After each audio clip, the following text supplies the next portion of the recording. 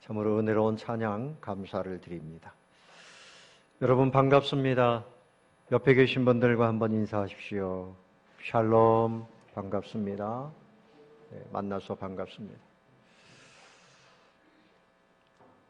금년에 우리 교회의 주제는 샬롬, 하나님이 주시는 평강, 평화, 평안, 다 같은 말입니다. 하나님께로 돌아와야지 우리의 모든 자리가 제대로 갖춰질 때 샬롬이 주어집니다. 또 하나님을 마음과 뜻과 힘을 다해서 사랑할 때 샬롬이 주어집니다. 기도할 때 샬롬이 주어지고 하나님의 말씀을 즐거워하고 주야로 묵상하며 청종할 때 샬롬을 주십니다. 오늘은 또 한 가지 하나님의 마음을 알 때, 하나님의 마음을 알 때 샬롬이 주어집니다. 누구의 마음이요? 하나님의 마음. 그 하나님은 우리에게 아버지가 되십니다. 우리에게 양자의 영을 부어주셔서 하나님을 아빠, 아버지라고 부를 수 있도록 특권을 주셨습니다. 그러므로 샬롬을 누리려면 우리의 아버지의 마음을 알아야 돼요. 아버지의 마음에 대해서 오해하거나 그 마음을 누리지 못하면 늘 불안하고 염려가 많고 걱정거리가 많은 그런 인생으로 살 수밖에 없습니다. 한번 따라 봅시다. 아버지의 마음. 이렇게 말씀을 드리면 여러분 육신의 아버지, 우리 아버지는 막 성격이 괴팍하고 아버지에 대한 추억이 없고요. 또 우리 아버지는 식구들을 힘들게 했어요. 이렇게 생각하는 분들이 혹 계시겠지만 여기서의 아버지는 너무나 좋으신 누굽니까? 하나님 아버지입니다. 그래서 육신의 아버지 때문에 상처가 많은 사람들이 하나님 아버지 그러면 싫다는 거예요. 하나님 어머니 그럼 몰라도. 그러나 여러분 그것은 이단으로 가는 겁니다. 하나님 어머니 하는 것이 하나님의 교회, 그 여자가 교주가 되어 있는 잘못된 교단이에요. 건물이 크다 그래서 좋은 게 아닙니다. 우리는 하나님을 누구로? 아버지라고 부르게 된 것을 감사하시기 바랍니다. 그래서 하나님 아버지의 마음을 잘 알고 그 마음 안에 거하고 그러면 샬롬의 복을 누려요. 평안해지고 걱정 근심거리가 없고 모든 것이 형통하게 되는 거예요. 첫 번째로 하나님 아버지의 마음은 용서입니다. 뭐라고요? 용서입니다. 우리의 죄로부터 우리의 모든 허물, 사단의 결박 이 모든 것으로부터 다 풀어주시는 하나님의 엄청난 은혜는 바로 용서라고 하는 것입니다. 하나님이 용서하시지 않으면 우리는 다 지옥에 떨어질 수밖에 없어요. 하나님이 용서하지 아니하시면 기도해도 소용이 없어요. 응답이 없습니다. 오늘 본문 말씀 속에서 그 모든 아름다운 하나님의 그 마음에 대해서 가르쳐주고 있는데 오늘 여러분들이 잘 깨닫고 하나님의 마음을 누리시기를 예수님의 이름으로 축원합니다. 오늘 이 본문의 말씀은 성경에 나오는 아주 세계적인 단편 문학이다. 그런 내용이에요. 제가 봉독하기는 22절부터 읽었지만 이 내용이 11절부터 나옵니다. 한 부잣집에 아들이 둘이 있었는데 이 작은 아들이 아버지에게 생떼를 씁니다. 어차피 나한테 재산 남겨주실 거 좀 미리 땡겨서 나눠주세요. 아니 지금도 그렇지만 그 당시에도 사람이 부모님이 돌아가셔야 유산이 넘어가는데 돌아가시지도 않고요. 아직 그냥 건강하게 살아계신데 유산을 달라고 하는 거예요. 안 된다 얘야. 매일 볼 때마다 생떼를 씁니다. 그래서 아버지가 큰아들 작은아들에게 각각 살림을 나눠 주었다는 거예요. 근데 큰아들은 아버지 집에 그냥 머물면서 아버지를 도와서 농사일을 잘 짓습니다. 그래서 둘째 아들이 며칠 만에 이것을 현금으로 다 바꿔가지고 멀리 떠나갔습니다. 내가 이 답답한 아버지 집에서 본인이 생각할 때는 아버지는 고지식하고 무능하고 답답하다고 생각했던 거죠. 더 넓은 세상에 가서 내가 거기서 성공하리라, 인간다운 삶을 좀 살아보리라 하고 나갔는데 이게 웬일입니까? 마음에서부터 무너졌어요. 돈이 있는 걸 알고요. 많은 젊은이들이 그에게 몰립니다. 술 한잔 먹읍시다. 음식 사주세요. 아, 사장님, 사장님 합니다. 또 여자들은 오빠, 오빠 합니다. 그러니까 주색 잡기에 빠지고 허랑방탕하고 이제는 완전히 탕진했어요. 아버지의 명예도 땅에 떨어뜨리고 이 사람이 과거에는 귀공자였는데 완전 거지가 됐어요. 거지도 등급이 있어요. 그 중에 상등, 상거지. 완전 거지가 됐습니다. 뭐 사람들이 이제는 모르는 척해요. 돈 있을 때는 뭐 사장님, 형님, 오빠 이러다가 돈이 다 떨어지니까 외면합니다. 살 길이 막막해서 돼지를 치는 머슴이 됐어요. 유대인들은 돼지를 먹지 않아요. 그 돼지를 치는 머슴이 됐다는 얘기는 저 이방 사람들에게 가가지고 거기서 종살이 하는데 마침 또 큰 풍년이 들어가지고 먹을 것이 없어요. 머슴 생활을 해도 먹을 것이 없어요. 그래서 돼지가 먹는 그 열매를 먹으면서 그렇게 연명하다가 깨달았습니다. 지금이라도 아버지 집으로 가야 되겠다. 누구 집으로? 누구 집으로? 아버지 집으로. 우리 아버지 집에 가면 머슴들도 이것보다 잘 먹고 잘 사는데 내가 이렇게 범죄하고 아버지, 아들이 돌아왔습니다. 드디어 왔습니다. 이렇게 말은 못하고 내가 머슴살이라도 해서 연명해야 되겠다. 이런 생각을 했습니다. 거기서 마침 다행히 아버지를 생각해낸 거예요. 과거에는 아버지를 무시하고 아버지보다 내가 더 위대한 삶을 살 수 있다고 뛰쳐나왔지만 나와서 살아보니까 우리 아버지가 대단하구나. 아버지 집에서 사는 것이 행복이었구나. 내가 아버지에게로 돌아가야 되겠다 결단하고 일어났습니다. 여러분, 우리의 삶에 결단이 필요해요.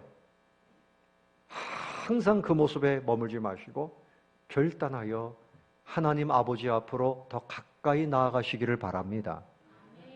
그래서 이 사람이 일어났어요. 아버지 집으로 갑니다.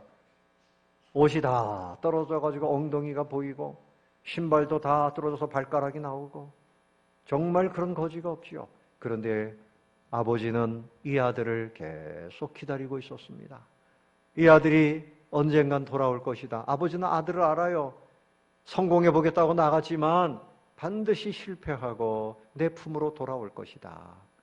그래서 아버지는 이미 아들을 다 용서하고 사랑하는 마음으로 동구 밖에까지 나가서 이 아들을 기다리고 있었습니다. 그런데 그날 저 멀리서 그저 비쩍거리면서 고개를 푹 숙이고 걸어오는 거지 하나가 있는데 딱 보니까 내 아들이야. 내가 그렇게도 기다리는 아들이 죽지 않고 살아서 왔네. 내가 잃어버린 줄 알았더니 나에게로 다시 돌아왔구나. 아버지가 달려갑니다. 이 아이의 목을 껴안고 입을 맞추고 그렇게 이야기합니다. 근데 이때에 아들이 아버지에게 회개를 합니다. 21절 다 같이 한번 읽어보겠습니다. 21절 시작. 아들이 이르되 아버지, 내가 하늘과 아버지께 죄를 지었사오니 지금부터는 아버지의 아들이라 일컬음을 감당하지 못하겠나이다. 회개하는 거지요. 아버지를 부르긴 부르지만 내가 이제 어떻게 아버지의 아들이라고 하겠어요? 내가 하늘과 아버지께 죄를 지었습니다. 나는 아버지의 아들이라 이제는 자격이 없습니다. 용서해 주세요. 근데 21절 마지막 나오는 단어가 못하겠나이다 하나 이런 말이죠. 그러나 아버지께서 그래 이놈아, 네가 내 말 안 듣고 나가더니 가산을 다 탕진하고 이게 도대체 무슨 꼴이냐, 이리 와 엎드려 뻗쳐라 막 이러고서 몽둥이를 드신 게 아니라 아들이 아버지 잘못했어요 하고 이야기하는데 아버지는 아무 소리 하지 마라. 아들아 가만히 있어. 네가 살아서 돌아온 것이 나에게는 기쁨이야. 종들에게 소리치면서 아버지가 말씀하세요. 자, 제일 좋은 옷을 가져와라. 그러니까 이 옷은 머슴살이 하는 사람들의 옷이 아니라 귀공자가 입는 옷이에요. 옷은 그 사람의 신분이지요. 비단 옷 좋은 거 준비하고 목욕부터 시켜라. 그리고 입혀라. 손에 가락지를 끼워줘라. 이 가락지는 권세를 말합니다.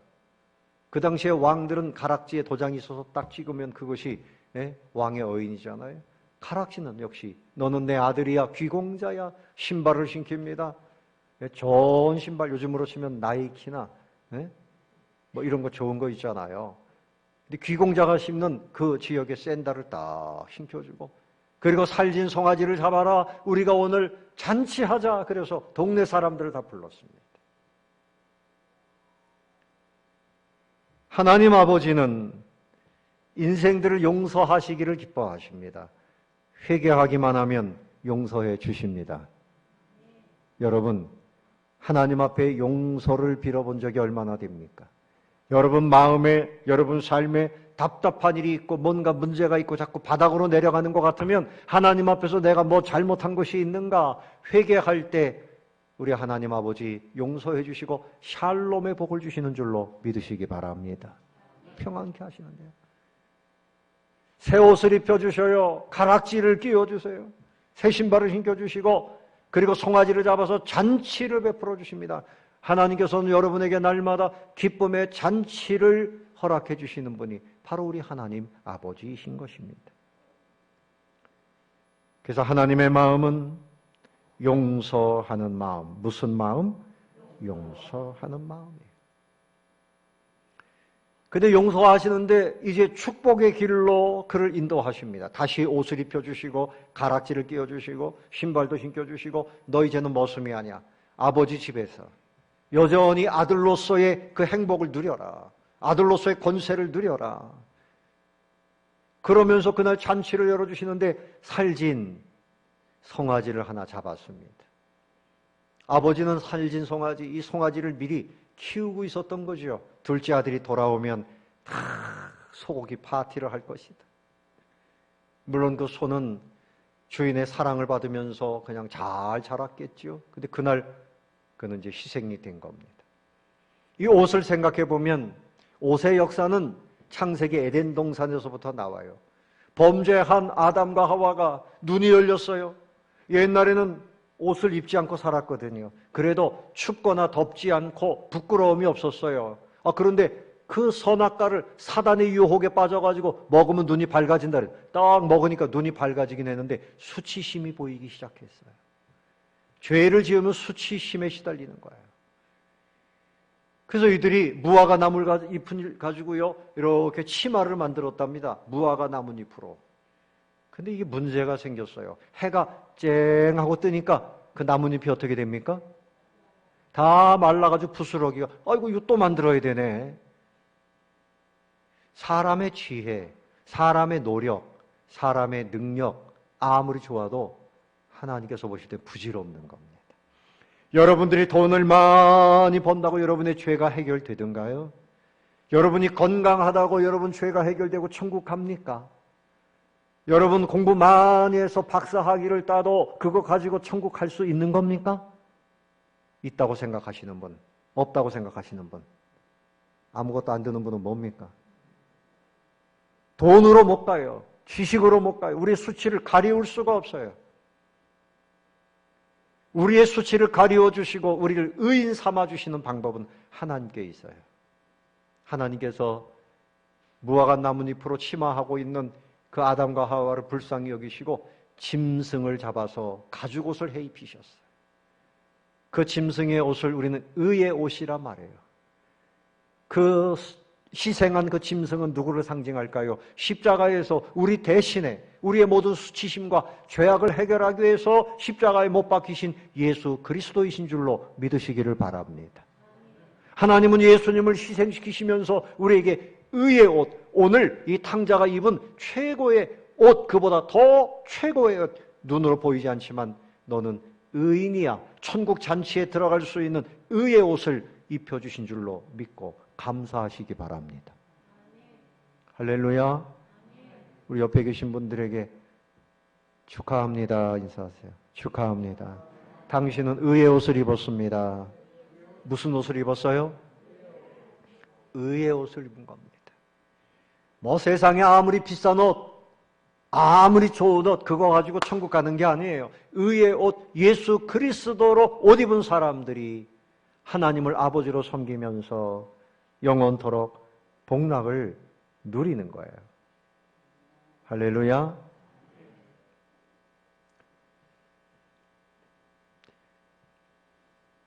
그래서 우리는 용서하시는 아버지, 우리를 지금도 용서하시기를 기뻐하시는 아버지.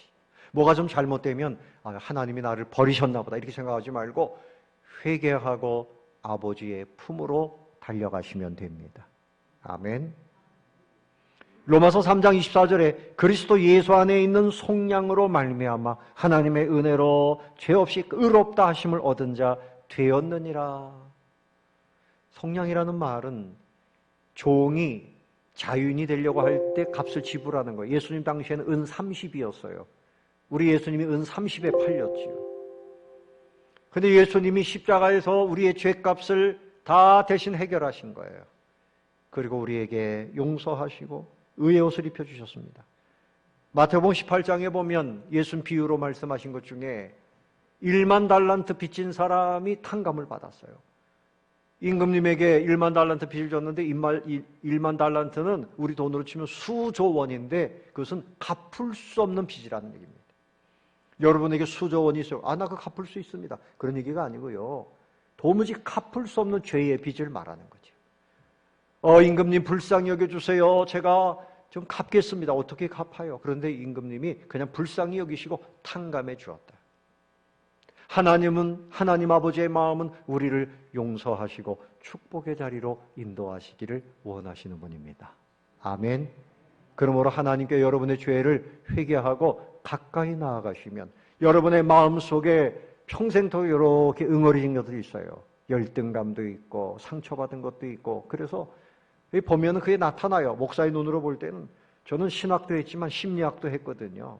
상담학도 했고요. 다 보면 알아요. 이 사람은 이게 마음에 이 문제가 해결이 안 돼가지고 갑자기 분노한다든지 뭐 이상한 욕을 막 한다든지 이건 하나님 앞에 나아가지 않기 때문에 그래요. 하나님 앞에 나와서 자기의 모든 무거운 짐이나 잘못된 것들을 다 풀어놓기만 하면 아버지께서 다 해결해 주시고 새로운 옷, 평안함의 옷, 자유의 옷, 기쁨의 옷, 소망의 옷, 영생의 옷 입혀주시는 겁니다. 할렐루야.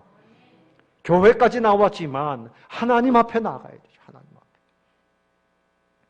아버지는 용서하시는 분이에요. 두 번째로 아버지의 마음을 알면 아버지의 집에 머물면 샬롬을 누립니다. 어디 머물러야 된다고요? 아버지의 집에 머물러야 돼요. 이 탕자가 아버지 집을 떠나가면서 그의 인생에 고통이 찾아온 거예요. 교회가 멀어지면 불행이 찾아옵니다. 예배가 멀어지면 불행이 찾아오는 겁니다. 과거에 제가 부목사 사역할 때 계속 교회를 안 보여요. 안 나오시는 분이 있었어요. 천 집사님이라고. 근데 길에서 만났습니다. 집사님, 아니 왜 주일에 교회 안 나오십니까? 목사님, 교회 안 가니까 너무 편해요. 목사님도 좀 쉬어보세요. 목사님 주일날 교회 안 가면 너무 편해요. 당장은 편할 수 있죠. 아침에 일찍이 다 준비해야 되니까 불편할 수도 있죠. 근데 얼마 후에 그분이 완전히 세상으로 빠졌어요. 불륜에 빠지고 남편과 이혼하고 그 인생이 완전히 불행해졌습니다. 하나님의 집을 멀리하고 하나님을 멀리하고 말씀을 멀리하고 예배를 멀리하고 기도하는 거 멀리하고 이러면 당장은 그것이 편한 것 같지만 그 사이에 사단이 역사하고 죄악이 역사하고 타락하게 되는 거죠. 이 둘째 아들이 아버지 집으로 돌아오니까 샬롬을 회복하게 된 것입니다. 할렐루야. 아버지 집에 머물러야 돼요. 그런데 또 한 가지 중요한 우리 주님의 가르침이 있어요. 맏아들에 대한 이야기입니다. 이 맏아들은 아버지 집을 지키면서 아버지 곁에서 늘 농사를 도와드리고 아버지가 명하는 대로 다 순종했어요. 착한 아들이죠? 착한 아들이죠. 그런데 그날도 허리가 빠져나가도록 밖에 나가서 농사를 다 일을 돌보고 왔더니 뭐 풍악 소리가 들리고 뭐 춤을 추고 음식 냄새가 막 납니다. 그래가지고 종한테 물어봤어요. 얘야, 이게 무슨 일이냐? 당신의 동생이 살아 돌아왔어요. 그래서 건강하게 돌아와서 당신 아버지가 너무나 기뻐서 지금 잔치를 하는 겁니다. 이 아들이, 큰 아들이 그래, 우리 동생이 왔다고 기뻐한 것이 아니에요. 28절에 보십시오. 28절 다 같이 시작. 그가 노하여 들어가고자 하지 아니하거늘 아버지가 나와서 권한대. 예.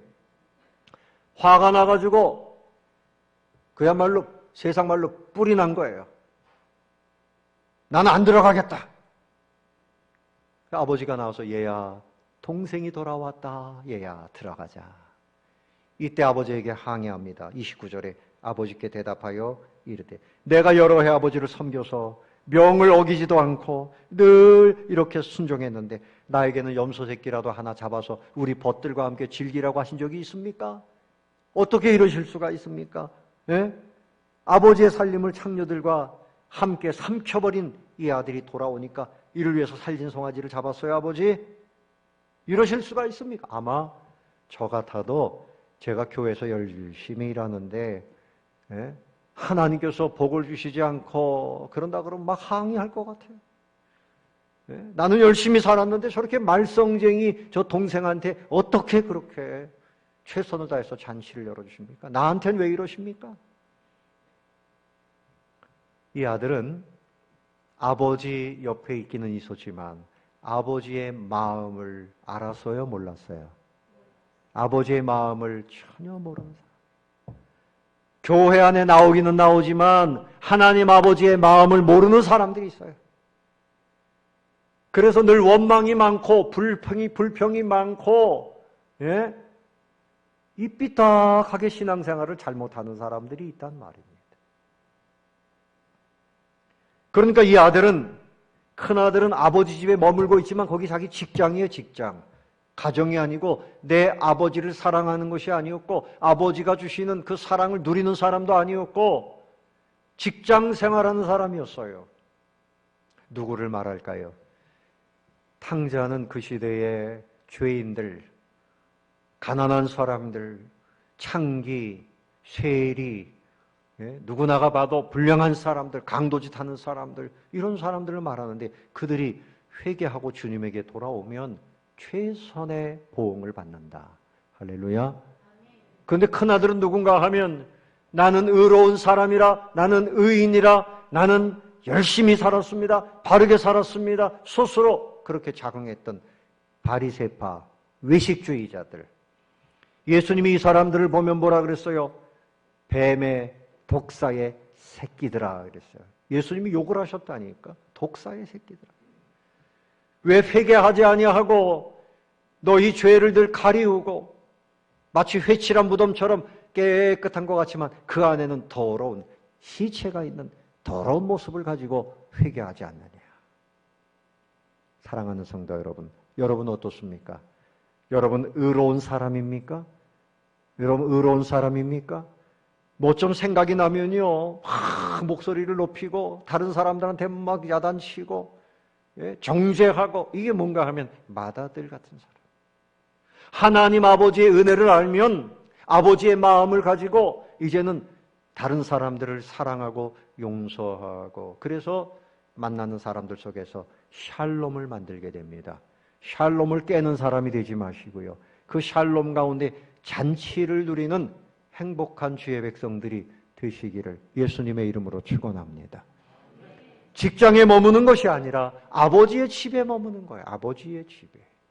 아버지의 마음을 알고 아버지의 사랑을 누리고 아버지와 함께 돌아온 이 둘째 동생을 사랑하는 이런 사람이 돼야 되는 것이죠.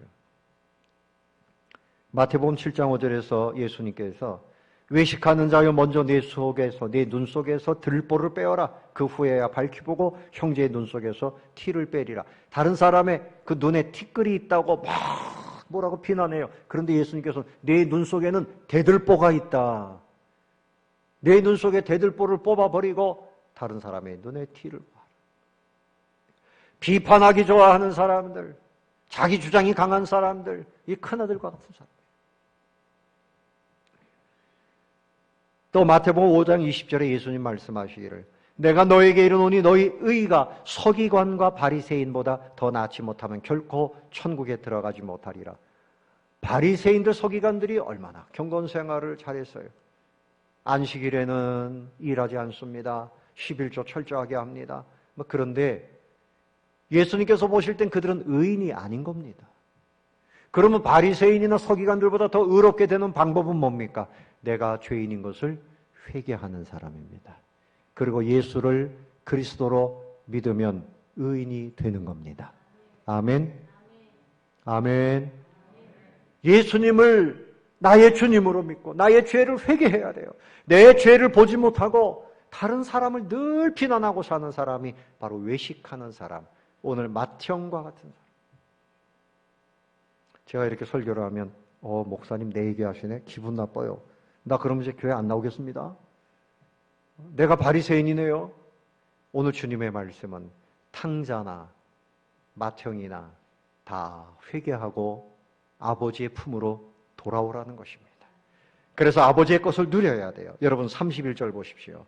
31절 다 같이 시작. 아버지가 이르되 예 너는 항상 나와 함께 있으니 내 것이 다 네 것이로되 그 다음에 이 내 동생은 죽었다가 살아났으며 내가 잃었다가 얻었기로 우리가 즐거워하고 기뻐하는 것이 마땅하다. 아멘. 하나님 아버지를 알고 누리는 사람은요, 사람들과 만나면 다 같이 용서하고 사랑하고 같이 기뻐하고 잔치 인생이 되는 거예요. 이것이 마땅하니라. 이것이 어떻다고요? 마땅하니라. 말씀을 정리하겠습니다. 아버지의 마음 속으로 들어가야 여러분이 샬롬을 누립니다. 아버지는 여러분을 용서하시고 좋은 옷, 가락지, 신발 다 회복시켜 주시고 그리고 살진 송아지를 잡아서 잔치를 열듯이 날마다 우리에게 잔치 인생을 주시는 분이에요. 마다들처럼 입이 이렇게 나와서 불평하고 이날만 불평한 게 아닐 거예요. 동생이 나가서 호랑방 당한다는 소문이 들렸겠죠. 그래서 아버지한테 늘 불평했을 겁니다. 왜 미리 나누어줘가지고 그렇게 호랑방 당하게 했냐고 아버지에게 불만을 터뜨렸을 겁니다. 늘 불만 속에 있는 사람도 아버지 그 마음을 알고 아버지 앞에 돌아와서 용서함을 받고 사랑의 마음을 채우고 서로서로 샬롬을 세워가는 그런 인생들이 되시기를 바랍니다. 하나님의 사랑의 품에 안겨서 날마다 아버지의 말씀을 묵상하고 기도하고 모두가 함께 샬롬을 누리는 우리 교회 성도님들 되시기를 예수님의 이름으로 축원합니다.